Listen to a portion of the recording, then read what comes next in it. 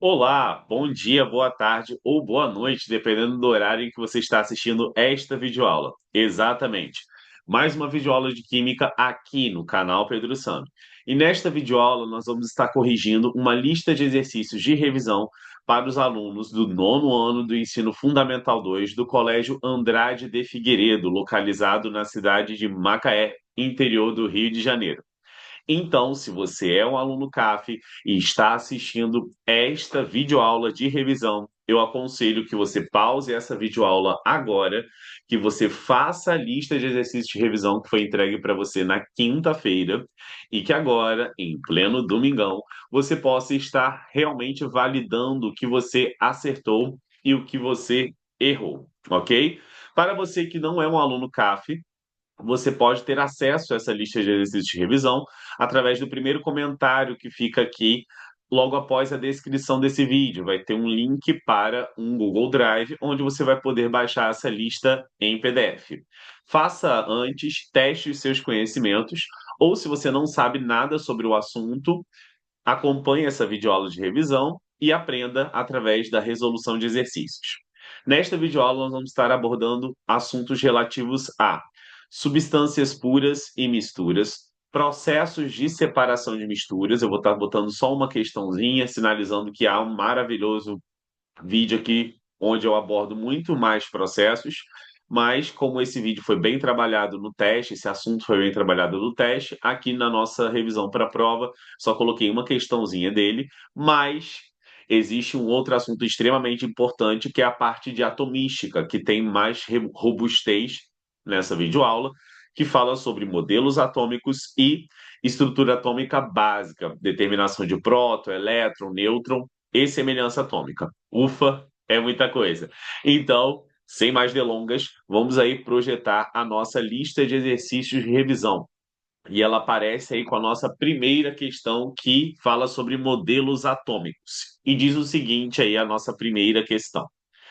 É, No século XIX, alguns cientistas passaram a realizar testes experimentais cada vez mais precisos, graças aos avanços tecnológicos. Com isso, não só se descobriu que tudo era realmente formado por minúsculas partículas, mas também foi possível entender cada vez mais sobre a estrutura atômica.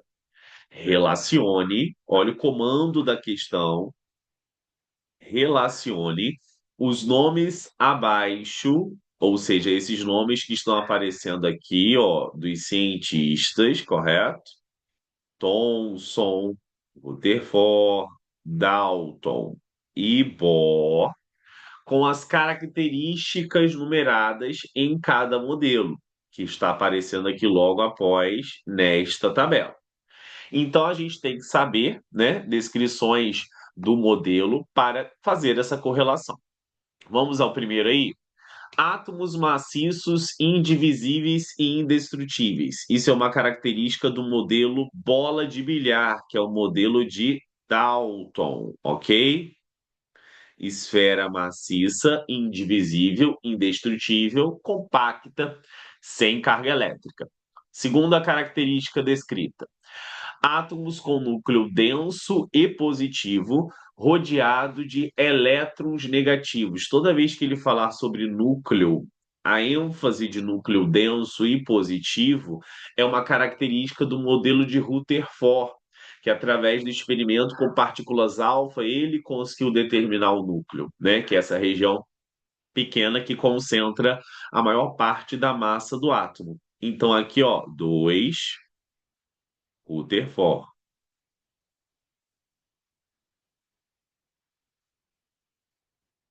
Vamos agora para o 3. Number 3. Átomos com uma esfera positiva, átomos com esfera positiva, onde estão distribuídas uniformemente as partículas de carga negativa. Opa, esse já é o modelo pudim com passas, que é o modelo de Thomson. E para finalizar, o mais difícil, o último, átomos com elétrons movimentando-se ao redor do núcleo em trajetórias circulares, denominadas níveis de energia ou níveis, com determinado valor de energia. Opa, quando eu tenho elétrons organizados por energia, por camadas, com quantidade específica de elétrons em cada camada, eu tenho o modelo de Bohr, tá? Então aqui é Bohr. Tranquilo, né, gente? Então aí era só você identificar, certo? Características chaves de cada um dos modelos e correlacionar com o nome dos cientistas.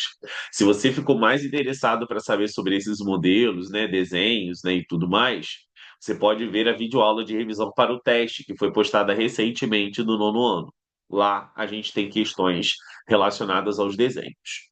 Vamos então agora para a nossa segunda questão, que diz o seguinte: uma moda atual entre as crianças é colecionar figurinhas que brilham no escuro.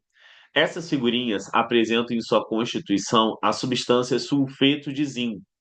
O fenômeno ocorre porque alguns elétrons que compõem os átomos dessa substância absorvem energia, saltam para níveis de energia mais externos. Olha a descrição do fenômeno.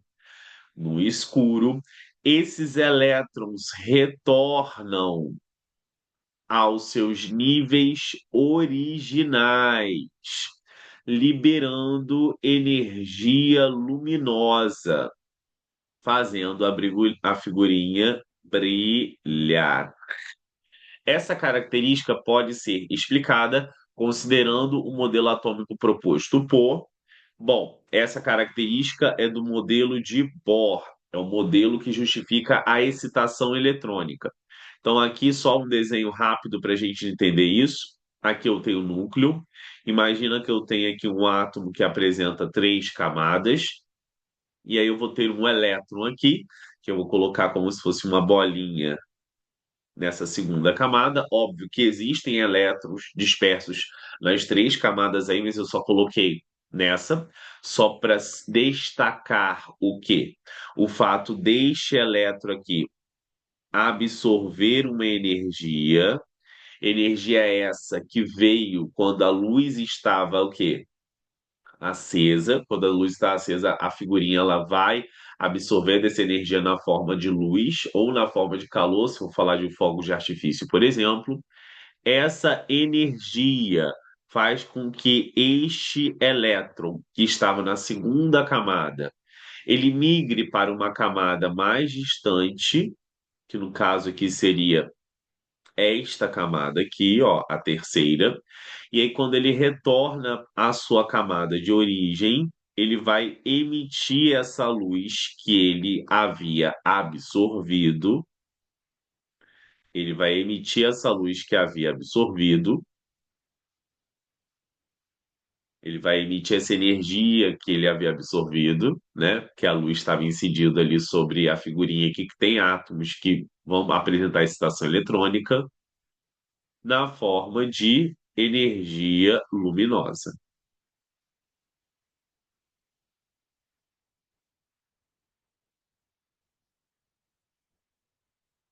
Ok? E aí a figurinha, por consequência disso, brilha, ok? Muito tranquilo, bem legal. Esse modelo explica o funcionamento de fogo de artifício. Esse modelo de Bohr, todo esse esqueminha aqui, é o que nós chamamos de excitação eletrônica.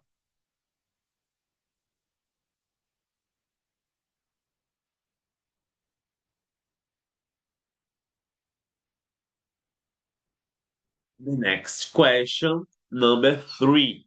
Então vamos agora para o número 3, que diz o seguinte: o envenenamento por chumbo é um problema relatado desde a antiguidade, pois os romanos utilizavam esse metal em dutos de água e recipientes para cozinhar. No corpo humano, com o passar do tempo, o chumbo deposita-se nos ossos, substituindo o cálcio. Isso ocorre porque os íons Pb mais 2 e Ca mais 2 apresentam a mesma carga elétrica e são similares em tamanho. E aí o nosso organismo deve confundir, substituindo um pelo outro, fazendo com que a absorção de chumbo pelo organismo aumente em pessoas com deficiência de cálcio, tá? A carga elétrica aí, gente, vai ser esse número que aparece como expoente, tá? Então a gente percebe aqui que terem a mesma carga elétrica é porque os dois são mais dois aqui, ó. Percebam, certo? Maravilha, belezura. Qual o número de prótons, nêutrons e elétrons? Então, ele quer três partículas sendo determinadas: prótons, nêutrons e elétrons dos cátions mencionados, sabendo que a massa do chumbo é de 207 e a massa do cálcio é de 40. Quando a gente tem uma questão dessa, a gente tem que lembrar como é que é a representação atômica. Então, a representação atômica, a gente coloca o símbolo do elemento, o que vem embaixo é o Z, é o número atômico, o que vem em cima é o A, é a massa. Tudo bem? Perfeito. Então, aqui, ó, número atômico, e aqui, senhoras e senhores, massa. E aí, essa massa ela pode vir tanto à direita quanto à esquerda. Como eu já tenho uma carga positiva, porque eu posso ter átomos sem carga, a gente pode representar essa mesma notação, só que agora a massa vindo à esquerda. Então a massa pode vir tanto à direita quanto à esquerda. Mas no caso de ter uma carga aqui, certo? É interessante que eu represente essa massa à esquerda para eu ter o lugarzinho da carga. Perfeito. Então vamos fazer essa representação, que a melhor forma é essa, ó.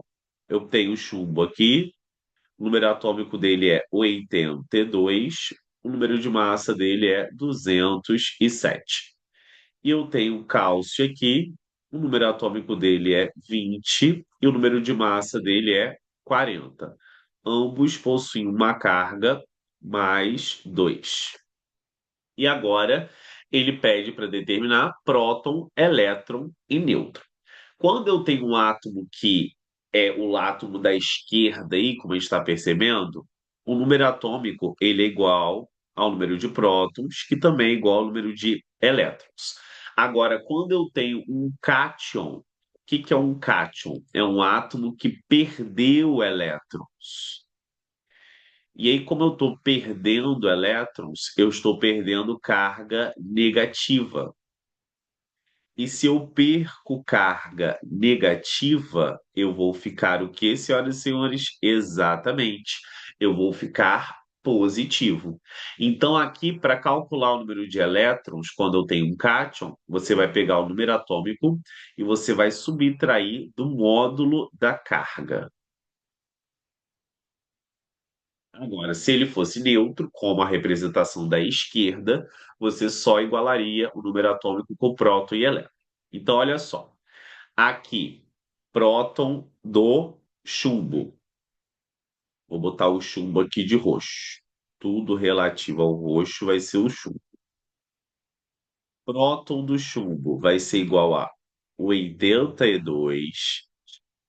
Elétron do chumbo, eu vou pegar o número atômico que é 82 e vou subtrair do módulo da carga, ou seja, eu vou subtrair de 2. Então, o elétron do chumbo aqui vai ser 80. E agora faltam os nêutrons. Para eu calcular o número de nêutrons, independente se é um átomo neutro, como o da esquerda, ou se é um íon, um cátion, que perdeu elétron, a gente vai perceber que para calcular o número de nêutrons, eu faço o quê, senhoras e senhores? Exatamente. Eu vou pegar o número atômico e a massa e vou subtrair. Então, eu pego a massa e subtraio do número atômico para calcular o número de nêutrons, ok? Então, o número de nêutrons aqui para o chumbo seria 207 menos 82. Então, o número de nêutrons aqui, 125. Determinamos, então, próton, elétron e nêutron para o chumbo. Agora a gente vai fazer a mesma coisa para o cálcio, certo? Então, vamos colocar o cálcio com uma corzinha diferente. Vamos colocar o cálcio de laranja. Laranja, laranja, laranja. Então, prótons para o cálcio vai ser igual a 20. Elétrons, eu vou ter que fazer a subtração de 20 menos a carga, que é 2. Então, elétrons do cálcio vai ser igual a 18. E o número de nêutrons aqui vai ser igual a 40, que é a massa, menos o número atômico, que é 20. Então, o número de nêutrons vai ser igual a 20. Acabamos. Determinamos prótons, elétrons e nêutrons para o chumbo. Tá aqui que eu estou circulando a resposta.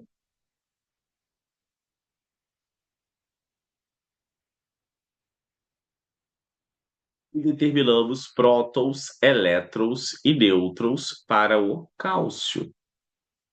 Prótons, elétrons e nêutrons. E o nariz está congestionando, mas vamos seguindo. Então, desculpem se a voz está mudando. Vamos então para a próxima questão, senhoras e senhores. Questão de número 4, uma questão que fala sobre desenho, né? Eu falei que no teste havia, e aqui também temos na prova, na revisão para a prova. Então vamos lá. O modelo científico é a idealização simplificada de um sistema que constitui maior complexidade. Para facilitar o estudo envolvendo átomos, foram criados modelos atômicos. Identifique os modelos a seguir. Primeiro, esse daí que está com a data de 1803 é o modelo de Dalton, ou modelo bola de bilhar. Então você tem que saber o modelo tanto pelo reconhecimento do seu desenho, como também pela descrição, como nós vimos aqui na primeira questão.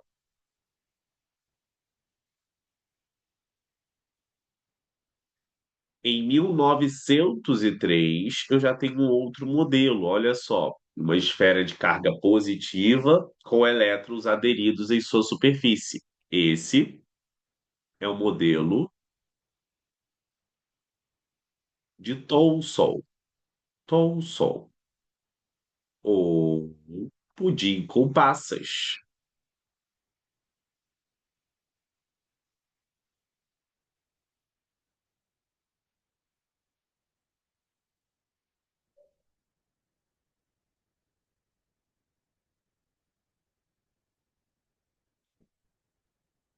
O próximo modelo é o de 1911. Aqui eu botei de acordo com a evolução histórica mesmo. Pode ser que eu não tenha colocado assim na prova. Cuidado. Modelo de Rutherford, ou também chamado de modelo planetário.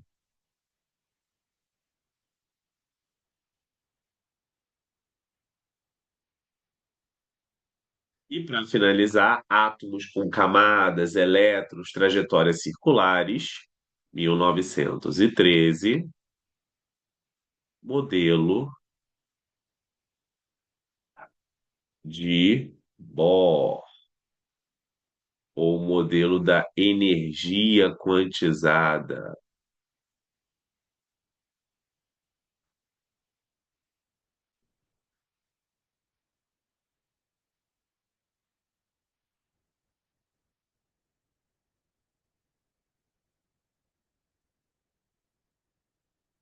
Tudo certo, senhoras e senhores? Tudo tranquilo? Muito tranquilo, né? Muito tranquilo. Vamos então para a nossa próxima questão, questão de número 5, number 5. Muito fácil, gente, que prova fácil.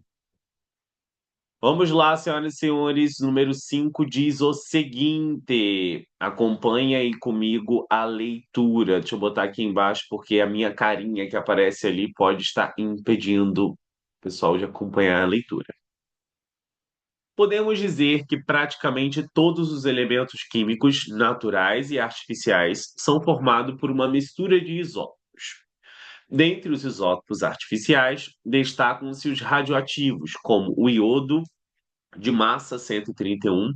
Toda vez que tiver esse número após o nome de um elemento químico, é um número de massa, ok? Já que o número de prótons não muda quando eu tenho o mesmo elemento químico. Então, esse número que aparece com um hífen após o nome de um elemento químico é o número de massa. Isso é corroborado quando a gente percebe aqui, ó, o quê? Na representação, o 131. Esse iodo 131 é usado na medicina, no mapeamento da tireoide, tá? E aqui nós temos o fósforo 32, que é usado na agricultura, no estudo do metabolismo de vegetais. Perfect. E aí ele diz o seguinte: acerca desses átomos, é correto afirmar que o iodo possui menor número de nêutrons que o fósforo. Como nós vimos, nós calculamos o número de nêutrons como, senhoras e senhores? Subtraindo a massa no número atômico. Então, aqui a massa veio à direita como expoente, porque não teria uma carga, tá vendo? O iodo aí ele é neutro, ao contrário da questão anterior que a gente tinha um cátion. Mas, para calcular o número de nêutrons, a gente segue a mesma linha. Nêutron, nós vimos que é o quê? Massa menos número atômico. Então, nêutron vai ser igual a 131 menos 53. Então, nêutrons vai ser igual a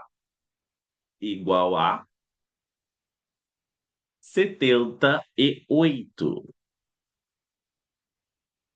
Agora vamos fazer o mesmo processo, calcular o número de nêutrons para o fósforo, mas de cara eu já sei que vai ser maior o número de nêutrons do iodo e não do fósforo, como diz a questão aí, que o iodo possui menor, porque a gente tem um número de massa bem maior do iodo do que comparado ao fósforo aí. Mas vamos fazer só para treinar.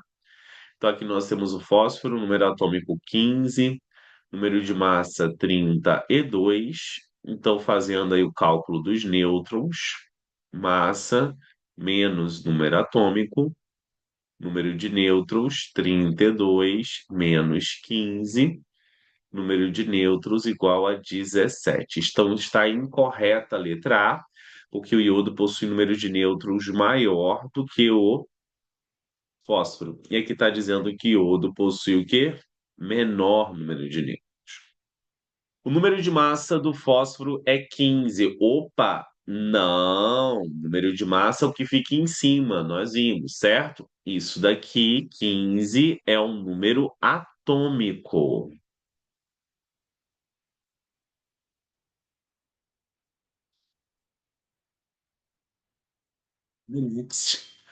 O fósforo apresenta a mesma quantidade de prótons e elétrons. Perfect. Por que essa? Porque nós sabemos que quando eu tenho um átomo neutro, como nós vimos outrora,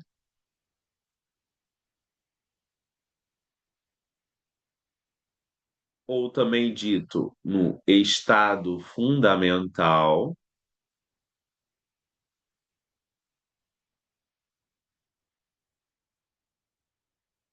a gente tem que o número atômico é igual ao número de prótons, que também é igual ao número de elétrons.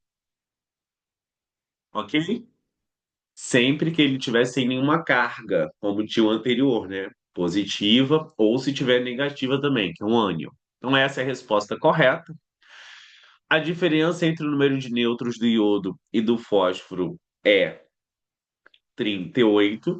Não tem como essa diferença, que é a mesma coisa que a subtração do nêutron do iodo e do nêutron do fósforo ser igual a 38, porque se a gente for fazer essa diferença aqui, ó, nós perceberemos que 78 menos 17 vai dar 61 e não 38. O xenônio, de número atômico 54 e massa 131, é isótopo do iodo. Não, gente. Isótopos são átomos que apresentam mesmo número de prótons. E próton, nós sabemos que fica o quê? Embaixo. É o número atômico, o número de prótons.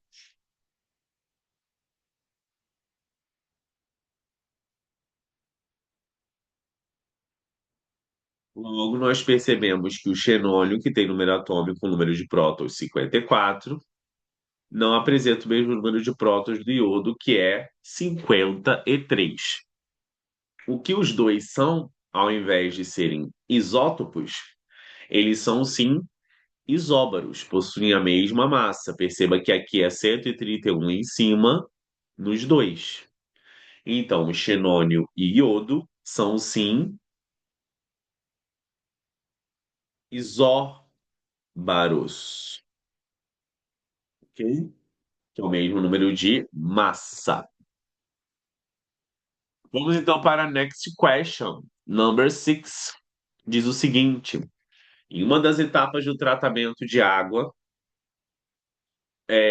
consiste em permitir que um material sólido se deposite lentamente no fundo de tanques. Qual o nome deste processo de separação de misturas? Só irá cair uma questão de separação de misturas. Temos 14 processos distintos. Então, saiba, né? Tem que saber esses processos, por assim dizer, mas eu cobri eles com bastante intensidade no teste. E aí, gente, o nome desse processo, quando eu tenho uma mistura de um sólido que está em suspensão, como a gente está vendo aí, porque ele vai se depositar num líquido, que é a água, se chama decantação. Esse sólido se deposita com a ação do tempo e pela gravidade, tá? A decantação, neste caso, quando é uma mistura heterogênea sólido-líquido, também pode ser chamada de sedimentação.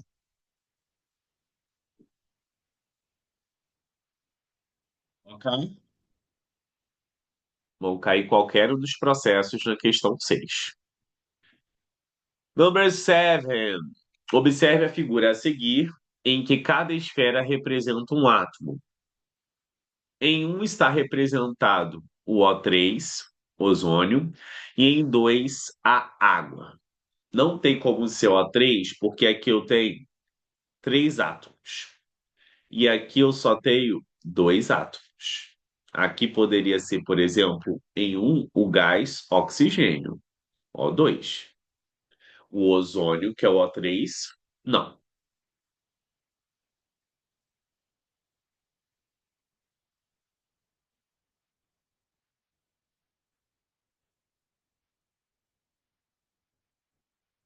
Próximo. Todas as substâncias são simples. Sabemos que substâncias simples são aquelas que são formadas apenas por um elemento. Então quer dizer que eu só posso ter uma letra maiúscula. Exatamente. E não são todas que são substâncias simples. Apenas a 2 seria uma substância simples aqui, correto? Poderia ser um gás nobre, por exemplo, como o hélio. A substância 4. é formada por dois elementos e cinco átomos. Olha só, a substância 4 é formada por dois elementos e cinco átomos. Elemento é cada esfera diferente, e átomo são as esferas em si. Então, aqui nós temos um elemento,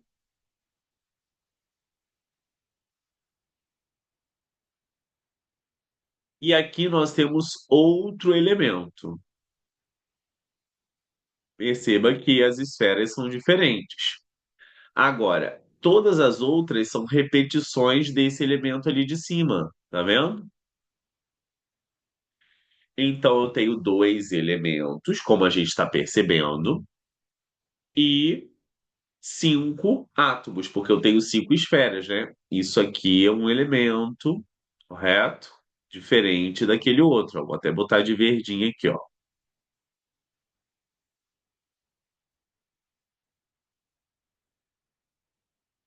Olha que eu consegui pegar e botar direitinho. Então, aqui nós temos cinco esferas, cinco átomos, check. Dois elementos, certo? Tudo em paz, senhoras e senhores? Muito tranquilo, né? Então, essa é a minha correta. E aí, a letra correta é a letra C de casa. Hum. Então, átomos, total de esferas,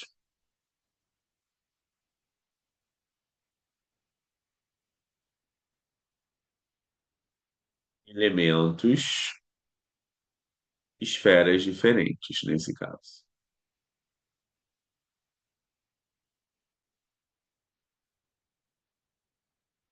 A substância um é simples e formada por três átomos. Não, ela é simples porque ela só tem o elemento, concordo, mas ela não é formada por três átomos, ela é formada por dois átomos. Mas a parte que ela diz que ela é uma substância simples está correta. Então a última aí é uma meia-verdade. Vamos para a próxima questão, que é a questão de número 8, que diz o seguinte: no sistema representado pela figura a seguir, o número de fases e componentes são respectivamente, ou seja, da ordem mencionada. Fase é cada porção enxergada.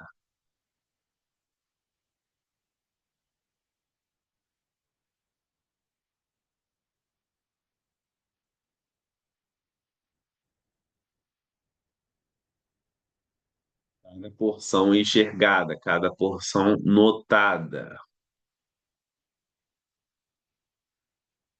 E componentes vão ser as substâncias diferentes.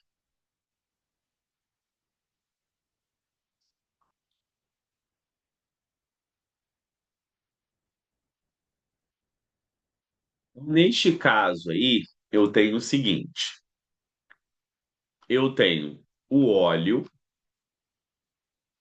que é uma substância diferente, da water, e eu tenho o cubo de gelo, que é a mesma coisa que a água, só que em estado físico diferente. Então, tanto a água quanto o cubo de gelo vão ser a mesma substância.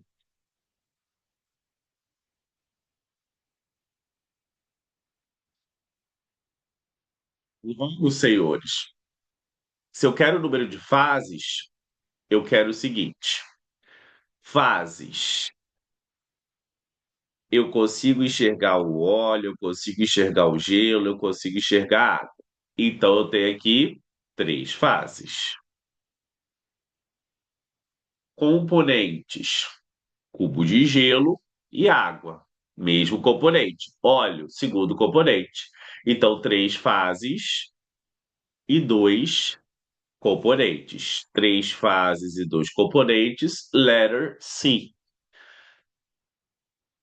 Penúltima questão, questão de número 9. A tabela abaixo descreve a composição química de íons presentes na água potável, a água que nós consumimos. Agrupe as espécies químicas da tabela em cátions e ânions. Cátions, todas as espécies carregadas positivamente, perder elétrons, como nós vimos na questão do cálcio e do chumbo. Ânions, todas as espécies carregadas negativamente, ganharam elétrons. Por isso que ficam negativas, porque eu estou ganhando algo que é negativo, então eu fico negativo. Então, se eu quero agrupar, é formar grupos. Logo, cátions seria um Na+, o sódio ali, e seria o cálcio.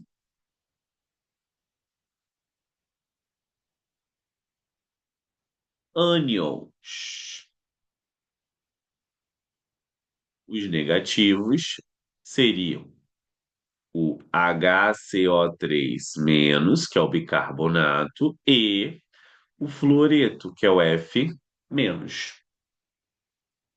The last question, the last question. Última pergunta.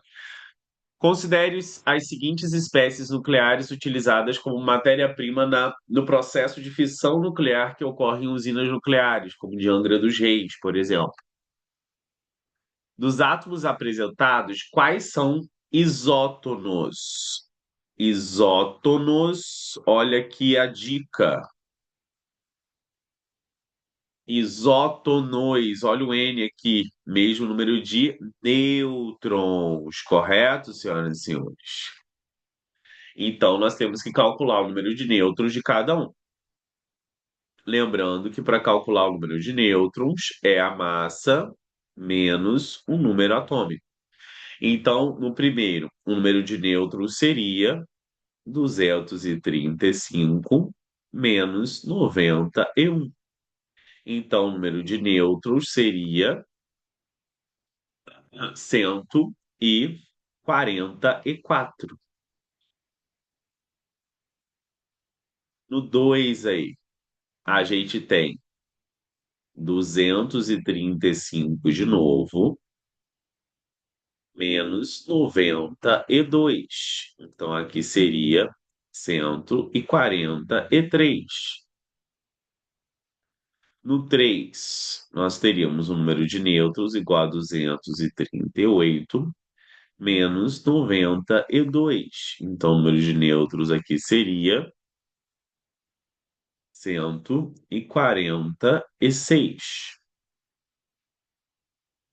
No 4 nós teríamos o número de nêutrons igual a 239 menos 93. Então, aqui seria 146. Opa! Já achei. O número que tem apresenta o mesmo número de nêutrons, ó. O 3 e o 4. Vamos ver se tem mais algum outro, né? Vai que o professor colocou. 235 menos 94. 141. E o 6 seria 239 menos 94. 145. Realmente, aí, os únicos que são isótonos vão ser os átomos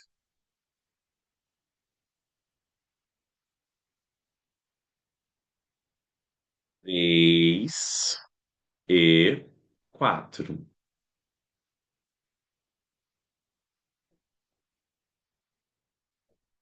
E acabamos a nossa videoaula de revisão para a prova para os alunos do nono ano.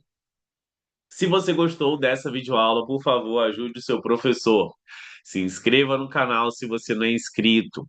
Ative o sininho das notificações. Comente o que você gostou dessa videoaula, o que você não gostou.